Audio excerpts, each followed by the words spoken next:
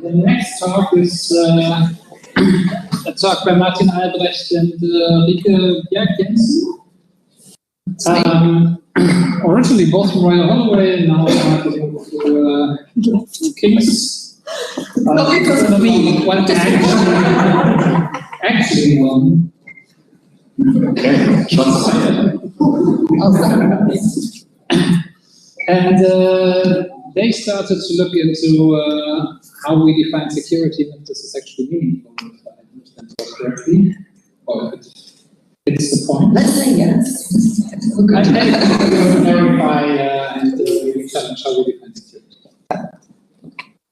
So, hi everyone, thanks for having us. We need to start this talk with a content warning. So we use examples from Rikke's fieldwork, who is an ethnographer, Martin, an ethnographer, and these examples concern questions. Okay, first I'm going to give you some motivation for what we're doing, as already alluded to by Andy. We highly recommend you read Jean-François Blanchet's book, Burdens of Proof. And I'm going to read out a quote from this book, which says, Goldreich argued cryptographic practice proceeds through identification, conceptualization, and rigorous definition of cryptographic class, which capture national security concerns. But how does one identify such national security concerns? On these questions is shown on this slide. For those of you who don't know who Goldreich is, who's mentioned here, that's Brent Goldreich. He's one of the founding figures in our field. Right? So the critique of Blanchet is to say, like, okay, you have your rigorous definitions, but where do they come from? Right? The games, your cryptographer, the functionalities that seem to fall from the sky. And so we respond to that critique by using ethnographic findings, by introducing ethnography into cryptography, and in particular, based on ethnographic findings, we initiate the study of what we call anti-compromise security. And that will be the rest of this talk. And I assume a large part of this audience doesn't know what ethnography is, so here is a definition. Ethnography is the study of people and natural operating settings or fields by means of methods which capture their social meanings and order activities. And maybe we'll talk a lot more about this because it's actually quite. So we're going to talk you through the setting, our research design, our findings, that will be the part of Rikke, and then I'll come back in and talk to you about the security notion, and then over to you. Thank you. Yeah, so as we kick off, as Martin said, I'm an ethnographer, so I get to talk about the setting, ethnographic setting, and what we mean by that. Maybe, oh, there we go. So my eyesight is a bit shit, so I kind of have to move between these two screens. So there will be some quotes that I'm going to talk about, findings of the work, from the ethnographic work that I will read out. Might not read out all of them, but let's see how we get on with time as well. So the setting in particular, the anti-finance bill protests that took place in Kenya started on the 18th of June in 2024 and lasted until the 8th of August 2024, and roughly took place every Tuesday and Thursday, dubbed protest days during this period. And what it was sparked by was the finance bill that would raise taxes on essential goods, and these were goods that were already unaffordable for many, especially in the informal settlements, in the slums that they couldn't afford, such as whether it was sanitary towels or milk or whatever it might be, and that sparked these massive protests that were unprecedented in the context of Kenya, which I'll say a little bit about in a second. But one thing that was also very specific or different, I guess, about these protests was that it was the first time that it wasn't just the poor, the informal, those living in informal settlements that went to the street and protested the elite, so to speak. But this was also the middle classes, the working classes coming together, and therefore it was seen as a particular threat to the establishment. Because suddenly you had doctors, you had lawyers, you had kind of middle classes also joining forces and going to the street to protest. So it was unprecedented in that context. And one thing that's kind of common in street protest in Kenya, but was really also seen in this, was the violence with which these protesters were met by the state. Security forces, brutal security forces who were killed, injured, abducted, and tortured protesters for their protest activities. We'll talk much more about that in a bit. Whilst the prime minister was withdrawn on the 26th of June, many of the protest continues, as I said, until the 8th of August. And much happened also after that, which we'll also get into a bit. I include some pictures that were taken during the field work during this time. So when you see those, these are pictures taken during the field work. A pivotal moment happened during these protests. That was on the 25th of June, 2024, and it was actually the anniversary yesterday, 2-year anniversary, where a group of protesters entered the fence around Parliament, broke across the fence around Parliament, and were met by security forces who shot them, killed several of them, injured even more, and it became a pivotal moment in these protests where Ruto went out on national TV, I think it was at 9 p.m. in the evening, and called protesters criminals, and that these acts of protest were treasonous. The diplomatic kind of international community responded and urged the Kenyan security forces to practice restraint during these periods.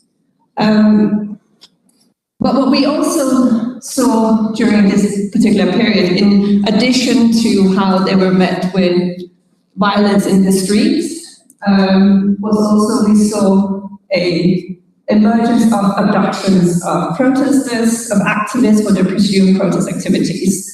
To our knowledge, and based on data available, we had 82 abductions during the period, the last period in 2024, but then in the subsequent anniversary last year, had further 15 abductions. And during this period, this really emerged as a new, unprecedented security threat. That never before had we seen abductions being a threat to protesters in this way. And I just want to remind us all that whilst we talk about abductions, and we also spoke to people, I spoke to people who had been abducted, have survived their abduction, it's also just a reminder that many did not survive, and many are still missing as well. These were coordinated abductions. We don't have to believe us, I guess, but there was reports on this, how these were abductions that were carried out, organized by the national security units, such as intelligence services, military units, anti-terrorism units, and Directorate of Criminal Investigations that coordinate, organize these abductions. Okay, so that's the setting that I kind of, hopefully in a very broad sense, sketched out what it is. So what did we actually do? As Martin said, I'm an ethnography, so I like to go and spend time in the field, living with, immersing myself with, and in the settings that we study. One thing is important is to say, I wanted to sketch out the setting. When we started this research, we did not know that this was going to happen. So it's kind of a weird thing to go and study protests, because almost kind of, which we didn't, by the way, start a protest to actually study it. But I have to remind myself that I'm history, so of course we did not. But it's this thing of being in place almost the wrong time or the right time. So what we kind of set out to do, as Martin kind of alluded to, was to introduce ethnography to cryptography. And ethnography is, I talk about the ethnographer's toolbox a lot, as most students will know, and there's a lot in this toolbox. So it's both data collection, so actually collecting whether it's interviews or observations, as we also did, and then we also analyze. A lot of the work that we do is also about analyzing the data to make sense of it and interpret what does it mean, because often, always actually, not just often, ethnographic data is messy and it's vast. So we're trying to make sense of it. So one thing that's key in the work that we do in particular is that we try to breach this, or we bridge is the word, bridge the methodological gap in cryptography by introducing ethnography into it to establish realism, which is one of our central contributions of this work. So, and it is through this particular application of ethnography in cryptography that we arrive at our security notions that Martin will talk about later. And I need to click over here. So one thing that we do, and this is something we talk a lot about in ethnography, we go and spend time with. Because specifically we talk about security questions, it's a difficult thing to talk about. It's like, what is your security? What does that even mean? So one thing that ethnographers we do is we go and just hang out, even deep hang out, which means it's really engage, live with, spend time with over extended period of time. And these are again some pictures of some of the settings where I deep hung out, if that's the word to say, with people in the settings. Whether it's a street protest, which is in figure 4, or whether it was in the local community settings where we're also often doing plaque-up making sessions or discussing the next protest. Specifically, what does this then look like? The two main methods within ethnographic work was active participant observation and ethnographic interviews, which I'll describe during a second. But that meant, in our case, was that I spent time from, I think the start of June until mid-September 2024, and again 2025. And during this time, I spent time in the protests, trying not to protest, but observe. And also during the 18th, 20th, and 25th, which was really 3 main protest days. And then joining, as I saw the pictures before, activist meetings, visiting injured protesters in hospital, going to community outreach events, arts-based activism, etc. So that is one of the different ways of engagement through ethnographic work. And through this, we capture data, often reflective notes, and also observational notes in terms of field notes. Then, as I briefly mentioned, so, and what's the active? I guess I should just introduce that. Why is it active and not passive participant observation, which you will also see in the ethnographic work? And that is that you adopt specific roles in the setting, such as, you might in the security trainings, or I went actively and took part in the protest, or rather than standing back and not engaging with it. And one thing that ethnography, I think is important just to mention, is that we know that we're part of social work, so we're not trying to design away our own influence, or not influence, but our own kind of relation to the field. So that I just wanted to briefly mention. And then interviews. So ethnographic interviews is slightly different from those of you who might be familiar with just like more user studies.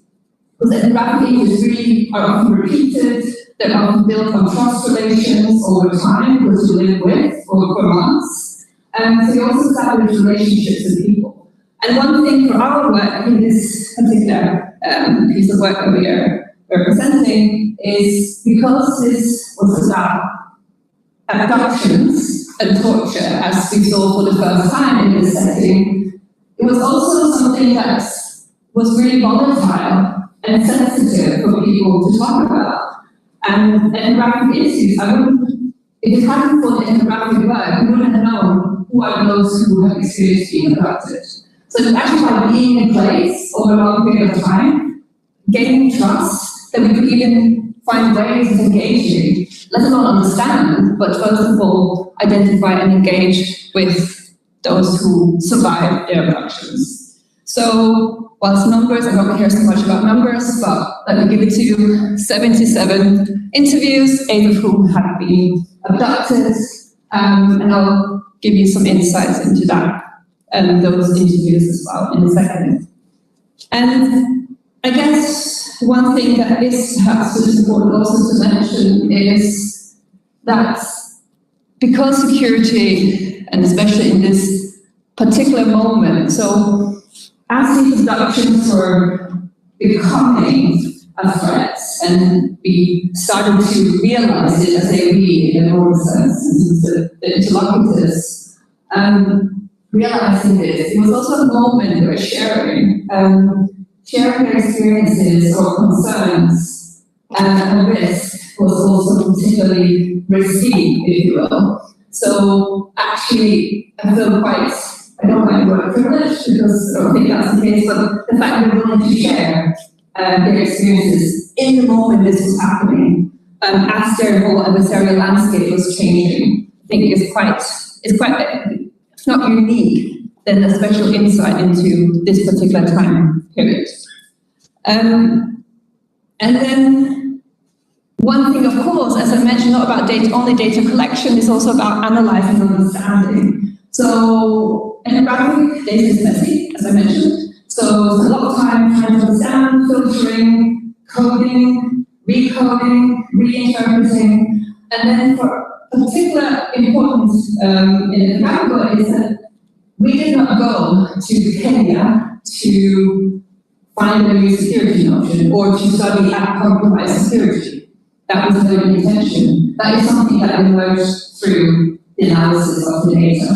So it was through that first analysis by the fieldwork, IME in this case, and then in conversation with the photographer, keep reflexively coming back to first my analysis, going to the photographer and saying, this is what I see, and then asking questions, and then going back to the data, and even going back to the field setting, and thinking, how does this hold? And keep, like for months, going back and forth until we were certain in what we were seeing and what we were interpreting. So this kind of inductive, reflexive reasoning is something that is central both to ethnography as a practice, but especially also to the relationship that we have between ethnography and photography. And this takes time. It's expensive. You have to travel and live in these settings, but I would argue if this is the kind of depth and understanding you want, this is also then what is required. And then it is super rich and rewarding. So, with that said, this is what we did. Data collected, the analysis, bringing it to cryptography as a technique to really bring about or understand security as it exists and real as it is real, and it's not supposed to be any sense, so let's go with it. I want to then talk you through some of the findings. This focus here, of course, in our work is around the abductions that happened during this period. It doesn't mean that this was the only findings that, of course, emerged from this work, but this is one part of what we focus on in our analysis. So,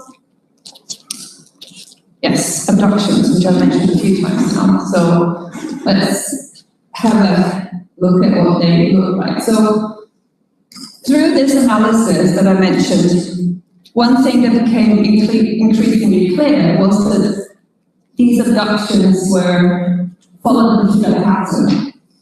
In this particular period of time, it's changed later. The motivations for them are still continuing, but that has changed. But for this particular period of time, we saw how abductions follow the pattern, but also how protesters, activists made sense of what they were experiencing, what their comrades were experiencing, and then tried to change their practices or modify their practices and their security outlook to meet that new threat environment. And then they found ways of trying to protect themselves during abductions, and this is what we'll just go through now, these phases. So, as I mentioned, this was a new threat, just look over here, where even for, there we go. So during this period, because it was new, they were also scrambling for ways, interlocutors were scrambling for ways in which they could try to protect themselves. And one thing we saw was we need to stick together. So the collective sense of security that was already there within activist groups and protest networks really was heightened during this period. So it meant that people would move in groups, and when they went outside, they'd often move in with family or friends for a period, keep moving because they were being targeted, would have a body system established, so really see how practices that were there in some way really became heightened and also became more pronounced during this period. Some would start carrying a second clean phone, and others would also use other people's ID to try and hide their own identity, depending on their situation. And even for those who did, they thought everything they could once they realized they were being targeted, because what we saw during this period was those who were conceived of or seen by the security forces as being leaders or leading organizers have a specific a leading role in organizing the protests were being targeted. And they often saw this by having someone telling them you need to go into hiding because I've heard this and this and this, or they would have cars surrounding their offices where they were and realize, okay, I need to go into hiding. And as P37 says here, I was completely in hiding where they still found them. And what this was that even they stopped using WhatsApp, they stopped using mobile mobile payment, which is heavily used in Kenya. They still found them. So even they was completely in hiding, and they still found me. And what we then saw, so I said the thing about there being a pattern, and what the pattern was, there was a capture. So where the abducted individuals would be captured, which is the part right here, and then they would be taken to a place where they were being interrogated.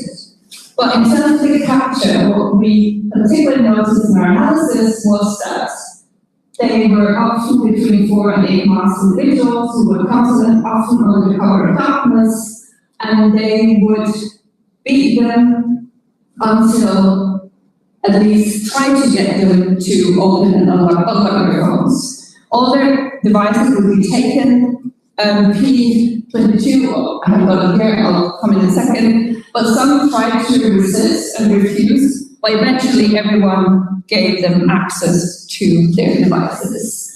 They had their phones taken, asked to unlock, and then they were shoved into one of the vehicles of their abductors, and then they were taken to an unknown location. They had their hands tied behind their back and they were blindfolded.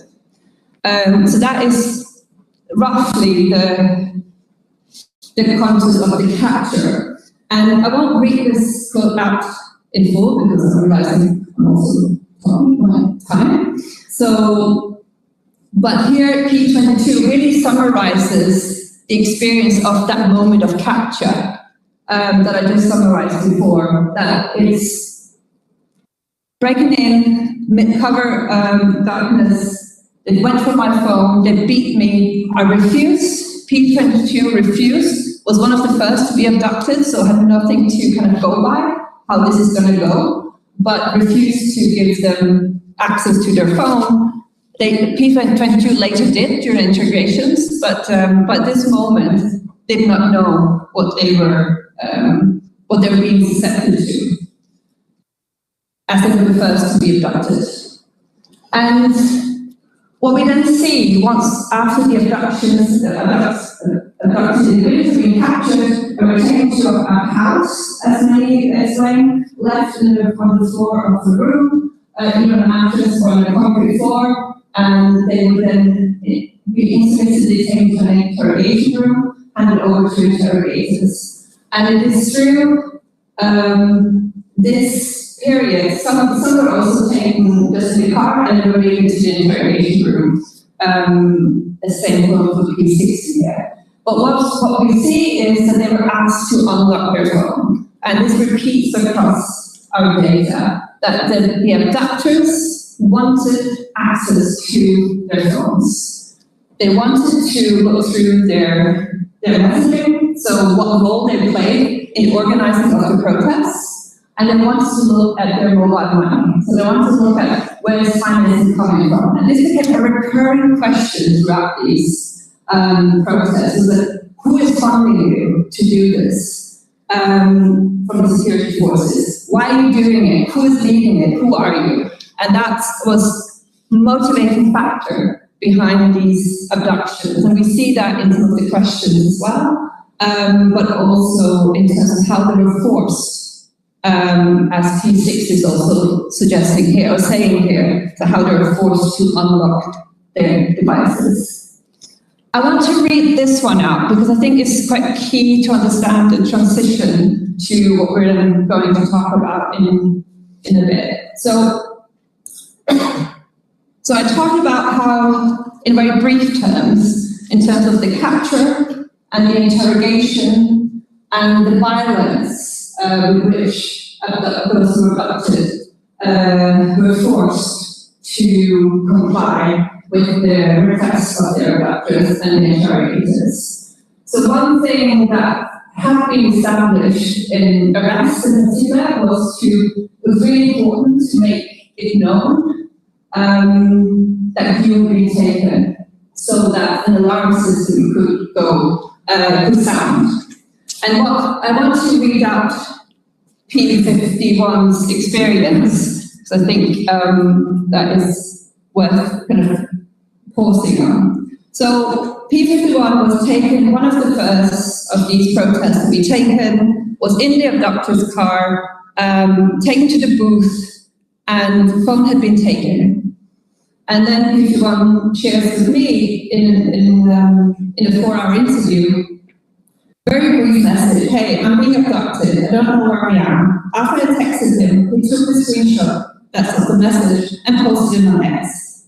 So that is how it spread. Funnily enough, after like 30 minutes or so, and as the abductors were driving me around, the car stopped again.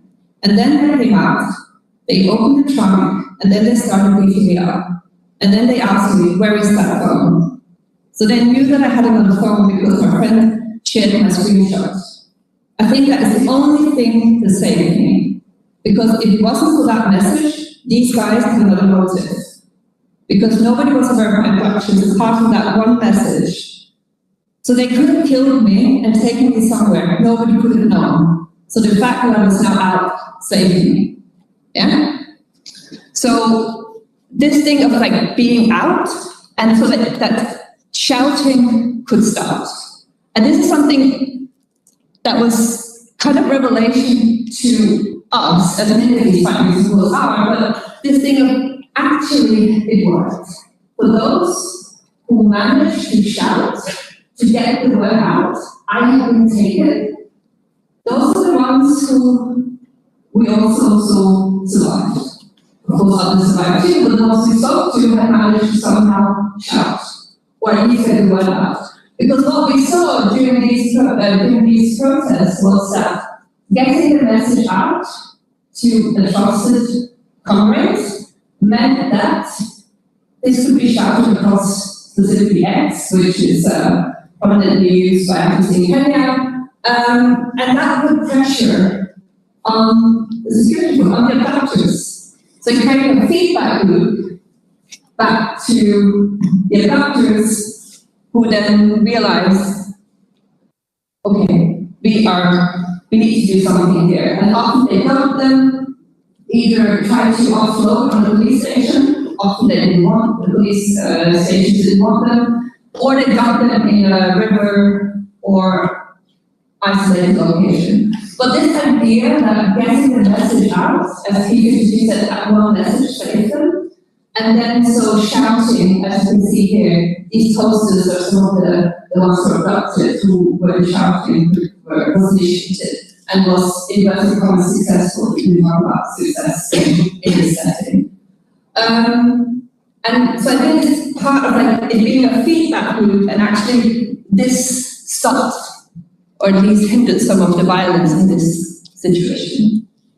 So I think that I will leave it there. Maybe the last thing I'll just say before I leave it up to Martin, not leave it up to Martin, but hand it over to Martin, is to say that, of course, I've talked about this as being something that was carried out during this kind of abduction, and it was, but they also, some of these practices were established within activist networks across Kenyan activist groups. So the building blocks, if you will, were there. This idea of informing others during arrests was part of the network structure, but the abductions, of course, changed the setting. But I'll leave it. Yeah. Right, moving on. So this brings us to uncompromised blindness, which is the security notion that we identified in this data. And so what it means informally is when taken, the persons can alert a network without the person notice. And so like that's like roughly kind of what we learned from this data. What you want to get the word out, but like you need to get the word out, right? So like it's the adversary mustn't be able to prevent you from getting the word out, right? So in the case of P51, they realized the message had gotten out what was to say, right? It's shouting it over. So that's the security goal that we're trying to realize. So, and now kind of like our task was, okay, like can we do this, right? And so let's try to formalize this, and so we kind of formalize this in a protocol, so that's an object we can reason about. And so I'm going to give you all the simplified syntax. The main thing would then be the actual security notion. It's going to be a cryptographic game. That's both kind of like, realizes the title of this talk, but also is a claim about this game. That's the main methodological contributions. So what we do is we have a protocol between the client and the server, right? So the client is the person who's potentially abducted, or more specifically their phone, and the server could be just a comrade, or it could be like a server run by like say non-government organizations. And so we have some setup. The client inputs some key. This is like some encryption material, right? So this encapsulates that kind of the adversary is after confidential information, so it's protected by the key, and then a personal secret. I will talk more about this. The client message, the server has the processing of the client message, and afterwards the server has a state and the client has a state, right? So the device state and service. It's pretty standard cryptographic pair. And then after the setup phase, we have a usual request response kind of protocol. So we have the device state, so that is again the phone, and then there's a personal secret that produces the client message, which goes over the server, which then processes it based on the state, and outputs a server message, and it detects that. The server message goes back to the client, and the client can then use this server message together with their device state to recover this key. Right? So the whole thing is built around this idea. There's a key that protects some confidential information, and you need to have some interaction in order to recover the key and thus have access to the confidential information. Okay, and then I have some assurance that most people in this room have seen cryptographic games before. So hopefully this isn't quite too surprising to you. So for those of you who haven't seen cryptographic games before, this is what a true cryptographer like a thing is, right? So when we say like what is a secure encryption scheme, well, it's okay. And so there's other paradigms for the purposes of this talk. Let's just stick to game-based notation. Okay, and so we have this security notion, key distinguishability, which is roughly what captures confidentiality for us, and then add compromise and blindness. And so in this game, I'm going to walk you through the left side of this game a little bit, but on the right side, what we essentially have is, in the game, we need to specify what can the adversary do, and we give it access to run the protocols. Right? So there's nothing too surprising going on the right side of the game. There are requests and responses, there's a get key function, there's a request and response thing, and there's a clear function that we need for some technical reasons, and that's essentially the adversary can schedule all of this happening and nothing should run. That's what we do. So let's talk about the left-hand side of this game. Because what we think is so this work has two legs, if you like, or two pillars, or there's two things. On the one hand, we study at compromised security, and on the other hand, we're also trying to address the criticism on chat that I started, right? And so what we do in our work is we explicitly write this out as a claim. And so in particular, we say here's this game, and we claim this game is real. Right, so this game doesn't just fall from the sky, it isn't just our intuition that made up this game, but we say this game correctly models a security need that actually existed. And as Rikke has insisted, ethnography is about the micro, the specific, so we cannot make any claims that are generalized to any other setting whatsoever, but we can make a claim like this, that's the end, right? So that's the contribution. And then we go through and say, each line in the game that isn't there for bookkeeping, that is motivated by cryptography, we tell you why it's there. This is there for this reason in this thing. And I'm going to give you a sketch of this. So first let's start. Our game starts with sampling some keys 1 that you can think of the real person's secret. So think of this as a pin code for simplicity. Right, so, and we're modeling this as some distribution because pin codes are random, they have no entropy, and so on. Right, so we need to take that into account. And then we sample P0, which is some other pin code, and it's the only requirement is it is not the real pin code. Right, so any. And then what we have is we have this request response, and what we rely on is on the one hand this low entropy person's secret, but on the other hand the device state. The device state can store some cryptographic secrets, so against third parties who haven't compromised the device, we can have some cryptographic guarantees. But the only thing that you then have once the device has been compromised is the person's secret. And here, the key first thing observation is, those of you who know post-compromise security, it tries to heal from a compromise, but it doesn't distinguish between detectable and undetectable compromise. And what we have here is at least one person who knows that he compromised, so the person being taken.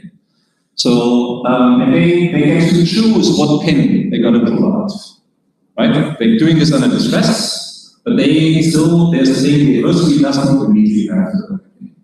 So the first thing is to model this distinction between devices and the people who have. And indeed, the person who's been taken, they know they've been abducted, so they can decide which pin they want to give to the person, right? So unlock your phone, and then there is a choice between which pin you enter, and you shouldn't really think about unlocking your phone because the protocol we're designing will go horribly wrong. If you type in the wrong pin on your phone, you can hide that behind the phone pin and then right? But it's okay. And then what we do is first we want confidentiality, right? So the adversary wants to know who's financing, who's organizing these programs. And it is information that the people who are being taken maybe want to protect, right? So there is a security goal of confidentiality.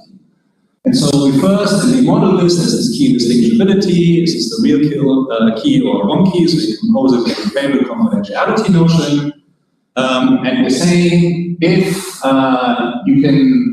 you break confidentiality, the key distinguishability bit, then you must have at least sent one client message out. Right, so what we're saying here is, so there was the funding. So what we're saying is yes, the adversary can win the distinguishing game, but only if a message was sent to the server. Right, that's the condition. So it shouldn't be hard without such a message to break confidentiality, because then there's nothing we can do. So that's one. This one message safety we want to enforce if confidentiality is broken, because confidentiality was broken in every single case that we saw here. If confidentiality is broken, at least one message got out to the server. And that's the requirement. And then the next step is the alert. And so this is where the second person secret comes in. Here, like this is modeling that somehow someone outside, not under the control of the adversary, knows that something has gone wrong. Right, like this alert kind of thing. And what we model here is that any secret which isn't the initial secret, the real secret, will trigger an alert. And there's many reasons why it's any secret, and then preempt your question that you're currently asking, why not just one distress signal instead of one, is because then the adversary needs to hit other people. So it needs to be any person's secret, like any secret which isn't the initial person's secret must trigger an alarm. We can generalize this slightly, we can discuss about this. And so what happens when this happens, so if you give the wrong secret and the message has been received and the adversary somehow manages that the server doesn't trigger the attack, and the other side does not realize something has gone wrong, then the adversary wins. So that's what we want to do. Right? So we want this to be, we want to make sure that if we give the wrong pin, then an alarm is in place. Okay, and then the last thing is blindness, what we're trying to achieve, and that is the adversary shouldn't know whether we gave it the real or the bad. And the key thing is that what we do is that it does not matter which pin you provide to the server to recover the correct decryption key. So whether you can decrypt or not does not depend on the pin that you entered. And the reason for that is to maintain blindness. What we care about is that the adversary does not notice that you're not cooperating with them until it's too late for the adversary, right? Until people out there know. So that is like, so the key goal is to get the alert out because confidentiality is lost. So that's why the get key function unconditionally will return the correct key. Because we only care about raising the alert, and we don't want to endanger people by saying, like, I see you gave me the wrong pin, you're dead.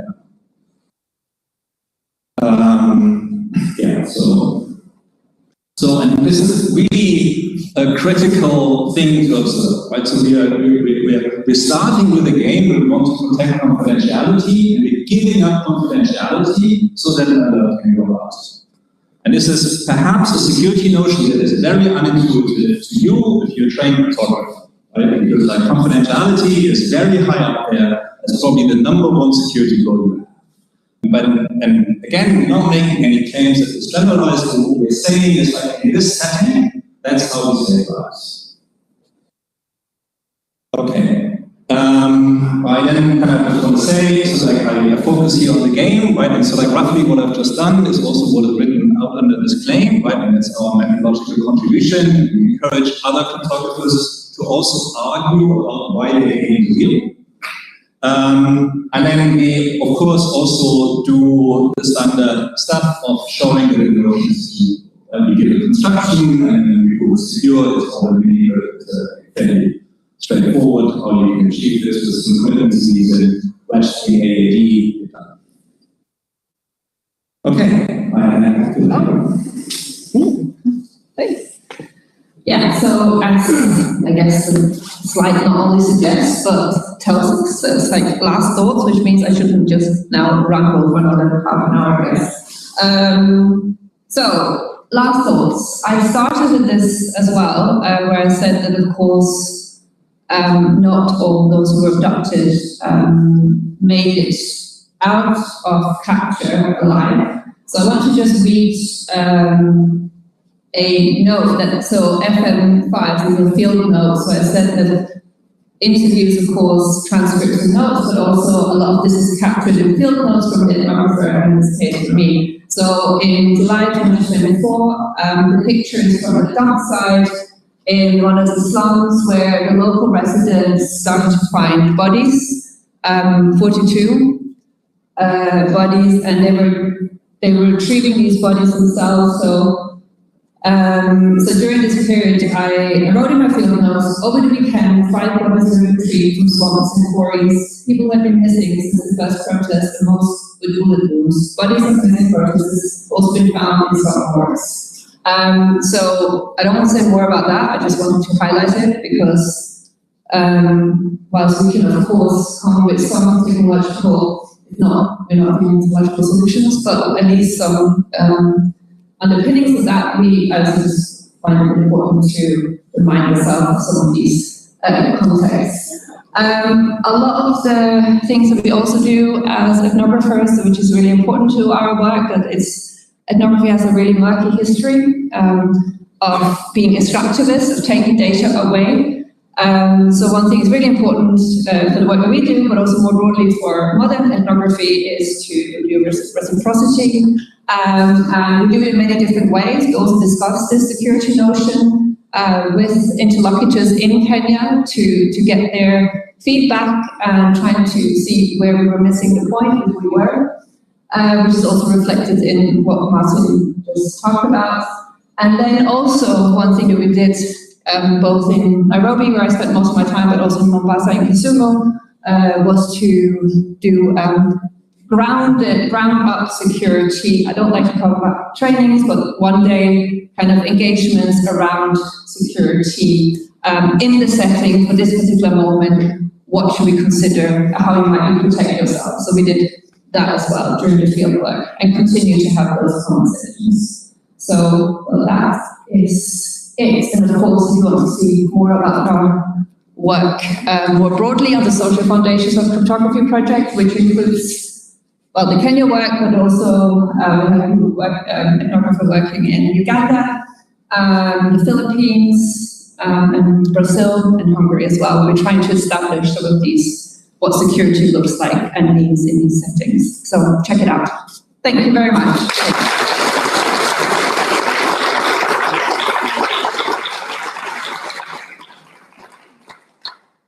Thanks a lot for the talk and for doing this work. Do we have questions? Thank you. Thank you for the talk. You mentioned, you're going outside into these communities, at least initially, were attacked, in a sense. So I'm sorry, I'm going to attack. And also, maybe tracing in common. No, I was thinking. Yeah, that's cool. In those contexts, do you find it extra hard to get them to talk about security? Or are they about equally happy to talk about security if there are other sort of methods? Thank you for that. That's a really good question. I find security is difficult to talk about full stop because often when we see security studies being done, it's often with people who think of themselves as quite security conscious and already have an idea that I know what security looks like. So getting people who don't feel secure in what they do is actually quite hard. So you build that trust over time. I think one thing, and this is not something I thought I would ever really say, is that because it was such a volatile moment where they couldn't almost really sometimes trust people in other groups because people were turning, given the heightened security or insecurity at the moment, being someone from the outside, and also just, as you might notice, I don't blend in, I mean, let's be real. So also that was really, and actually having this, it was really important for them that this didn't stay within Kenya, and it was actually something that we talked about more broadly. So I almost think, because of such a particular moment, security almost came to us before we started talking about other methods. So, but I think it's an important point, because my answer would usually be straight up, yes, it's hard, but I think this was a particular setting. Did I answer your question? Okay, cool, thank you.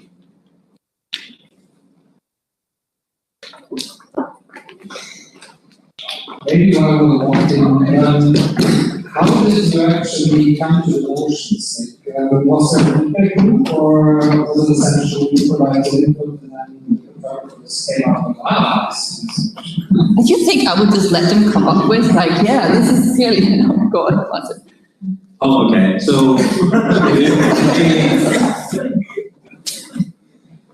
basically, so like, you know, like presented like some initial findings and analysis results with us, and then we did what we cryptographers do, like we speculated, like, oh, you know, and then like and then back to the drawing board, and there was this iterative process, right? So I think it's a really important, like, we report on the so I don't know, but like it's really important to do this for like where both sides are very confident in their own science, right? So like it's really important to do this, like for us photographers, we could really speculate because we knew we would be told like no, like the data just doesn't allow this, like this is wrong, right? Let's say it wasn't like, oh, maybe we can touch it or something, and then the same way it was also kind of like, you know, we can like I think there's a thing here, but like, you know, like I don't know, it's like, but like, you know, we grow, and I think it's sort of like they're very separate in our own disciplines, and then came together, and then it's like no one was like let's meet in the middle, but like I would not meet in the middle. I know, you don't compromise to the state. Like, it's either the state kind of says truth or it doesn't. So there's a lot of back and forth, and I don't want to say adversarial, but almost that's what we want. Right? So because then in that tension, you kind of like produce good results.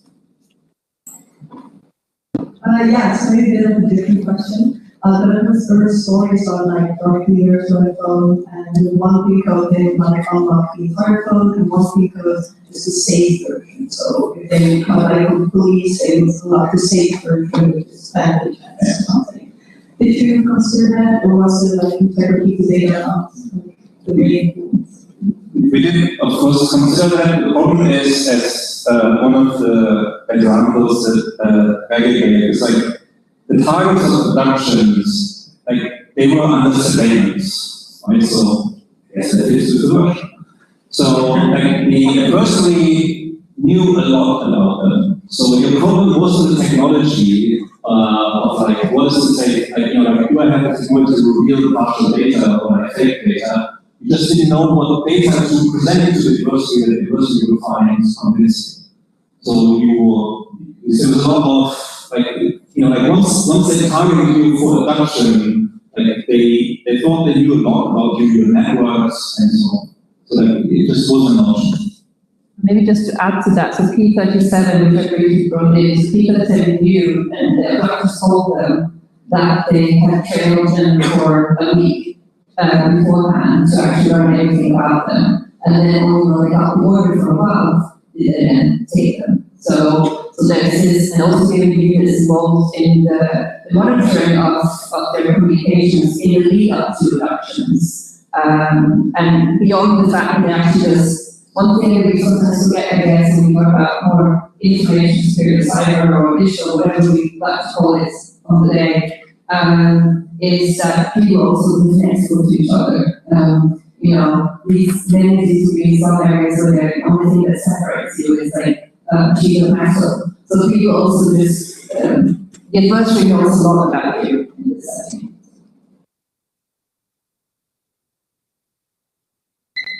Hi, thank you for your talk. It's very inspiring. I have a question regarding the design of the security game. Did you assume that the adversary has the knowledge of the game? Or? Yeah, it was. We must educate the adversary about the game, not the game of the security notion. So the problem, like, so, and this is such a, so what we're trying to do here is to design cryptography in the presence of violence. And that is not really fit for a cryptographic game, because in a cryptographic game, what you're saying is like, it doesn't matter what the adversary throws at us, they don't succeed. But our security goal is to make the attack stop. Right? So like, we don't want the adversary to succeed, but like, we want the violence to stop, right? And for that, we need to convince the adversary that it's futile. And so in particular, when it comes to, yes, the adversary, you need to, like, connectivity is a big issue, right? And so here, adversary, you need to allow this message to go out, and then it can decrypt. There is no meeting that will allow you to decrypt this message without this message going out. And so you would need to, if you want to actually deploy this, the reasons why you wouldn't want to deploy this in Kenya now, the situation has changed. But I think if you want to deploy this, it's almost like to put up posters outside of police stations, informing them, like, this is our new app and it has the security feature. So we need not just to we have to assume the adversary knows the technology, the mechanism, but we need to actively educate the adversary about it.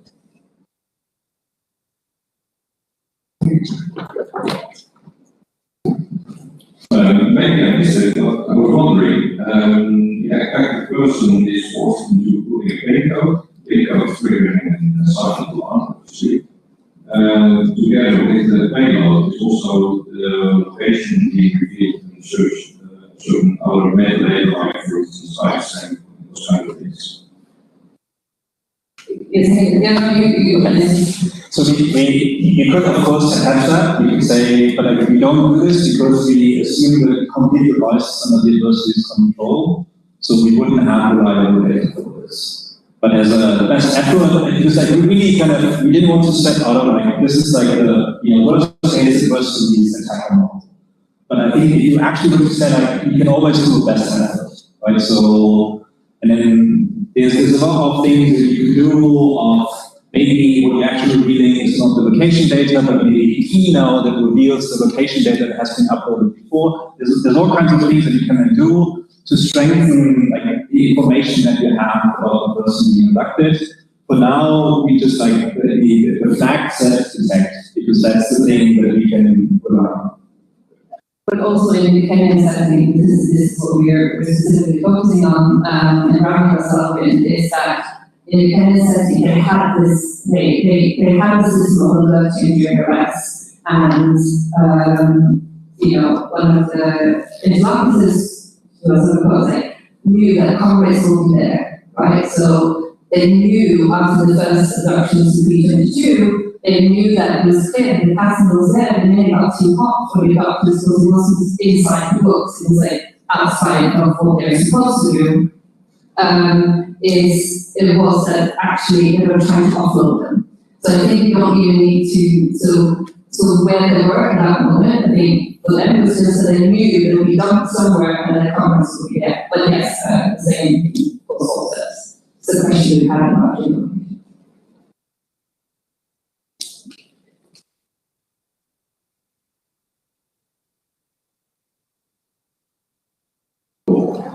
Thanks. Did at any point, like the work either as an engineer or like the people that analysts, like analyze, like I can imagine like if you take like notes and so on, that certainly knows about learn about you, they will pay extra attention to you. Did that happen? Thank you for that question. That's an important question. So I really don't care so much about the interview to me.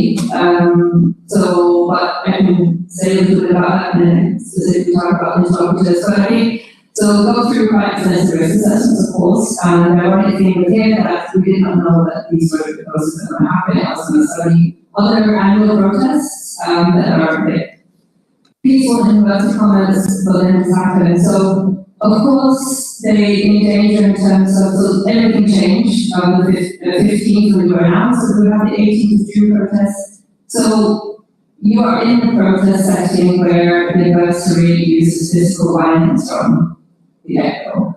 There was tear gas, or whether it was live ammunition, or whether it was beatings, and water cannons with paint. So that is, of course, something that you, in the moment, I think is you might think of this as secure or safe. But I think your interesting part of your question is what to do to the local, what to do to what extent you might present more attention to the interlocutors and those that we engage with, which I think is a really important question. So I mentioned what we did, but the first thing we started with having a conversation probably 6 months before I actually went to Kenya with the group that I ended up engaging with. First of all, can I come out and meet you? So I spent 2 weeks initially in April 24, and one of the key questions was, would me being there put you at risk? So for example, and I don't know whether I'll say this on the, maybe I should say this I'll say this on the live stream or recording, but we put in some measures, the things that we did not do, that we would buy books, we probably should have done, to protect them. And I can just tell you offline what that was. But, and then one thing that they came back was saying, no, you don't. Your presence almost protects us because you look like you do. So I was like, this one's down now, like this, yeah. In Visa, they're like, no, because then they're not going to want to shoot you. That's going to be a nightmare for them. So if you were there, I would say that was not how it played out, because on the first day of the protest, they basically captured all the international press corps, which I've been told if I just pretended to be press, I'll be safe. But then when I saw that, I ran.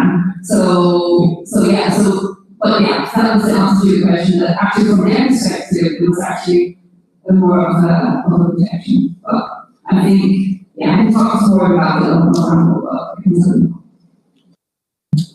Thank you for this important work, and it's really good you guys are doing. And I'm curious, I have more questions that I can possibly ask in the time allotted. But I wanted to know about the trainings that you did.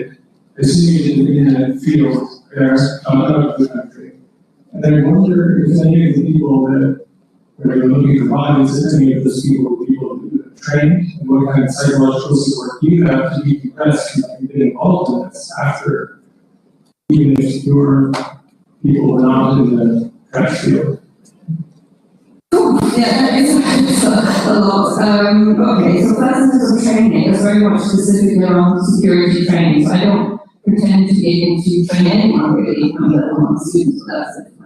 But in terms of training, that's why I hesitate to call it training, but it's really about, what is metadata, what is the difference in metadata and content or access control. It was actually, and I think the thing about in situ, being on the ground, understanding the environment that you are trying to speak to people about is really important. So I didn't do the trainings on day one. It was like in the third month, right? Because I think you really need to ground yourself and understand what are the concerns and threats, and also protection mechanisms that already exist in this setting. Who am I to go in and say, no, this is security, use signal, when you don't have data? I mean, that doesn't make sense, right? So you really have to ground yourself. So all of this was grounded in the setting. That's why I said I went to outside, I did some sessions, in Nairobi. So that was really important. On the psychological side, I'm going to say whether any of the ones who attended any of those workshops, we call it that, were amongst those who were dumped, but I'm not a psychologist, or I don't do that. One thing of being an laboratory is that you also just listen to people. That has nothing to do with security and just being present. And one thing that's important for our work, yes, security notions, but what interlocutors are interested in, like, well, that's how the options are done. And that was much more useful for them, for us to feedback. It was like, we now understand the mechanisms of the others and what they were doing, rather than actually the security which we found fascinating. Maybe, and just like no photographer was in the field. There was a clear methodological decision, and you will not expose interlocutors to meet people. What I'm trying to pull up is, like, in some sense, it's also like a bit of a tension here. So when you hear, like, you talk about kind of like findings, like, in some sense, like, you kind of like actually, it's probably one of the most detailed accounts of these productions in our paper, right? It's a Europe, and so it's a bit of a bizarre situation to be in. And the data is extremely rich, right? And then we give you a game. Right? There's also something like not right about this approach, right? So in some sense, like, we think it's a really useful contribution to photography to ask ourselves these games, like they fall from the sky, and like how do we actually establish the realism? That's great for photography. But then, you know, like on the other hand, like, we really don't want to reduce kind of like these settings, kind of like the stories, these reports, like the richness of these findings to like, is that something for photography? Maybe for like the broader audience here, like cryptographic thing, there's a lot of system security, right? It's a lot of devices, right? And then if you start assuming it's EE, there's a lot you can do, right? But like, we are not going to do that, right? So there's also like a limitation in the design of projects, right? And I think it's probably going to be sort of iteration here for like how do you do this right, so that you can really do justice in commerce to like the data that we have and the people who give you their trust, right? And then it's also a bit weird, like we were doing this, like now we have a game.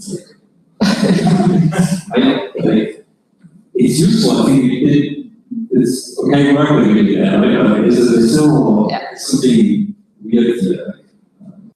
But we also didn't look for something for cryptography, right? I think that's perhaps also an important thing. It was not that we always been very clear in the broader projects, social foundations of cryptography, that as ethnographers, we're not going to go into the fields and look for things for cryptographers. But we enter the field, we go in, I'm also security, so of course I have a security somewhere, whatever happened. But we want to engage the field as it exists. And if there's nothing there, it's easy cryptography, so be it. Then we have a lot of cool stuff we can do. We don't need the cryptographic output of that. But yeah, for this particular thing, I think that's really useful thing to do.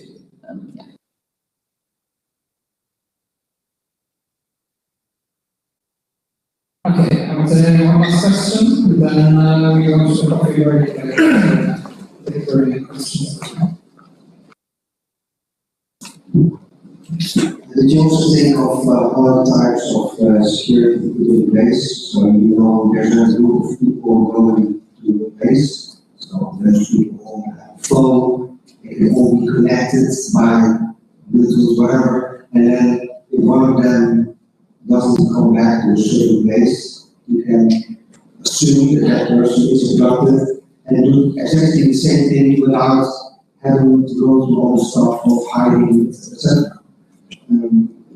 Basically, like you go in pairs and one of them doesn't come back, you know something happened to the other one, you can also make it present that something happened to them, because that's basically what was pointed at. So it's better. Yes, we have in an appendix of the full version, we have what we call as like the zero message protocol. It's actually going to option, but how do you send the stress signal or the absence of the message is the stress. And that would mirror kind of standard practices of checking protocols, right? So we meet there at 6 p.m., those who don't show up, we assume they can take it, right?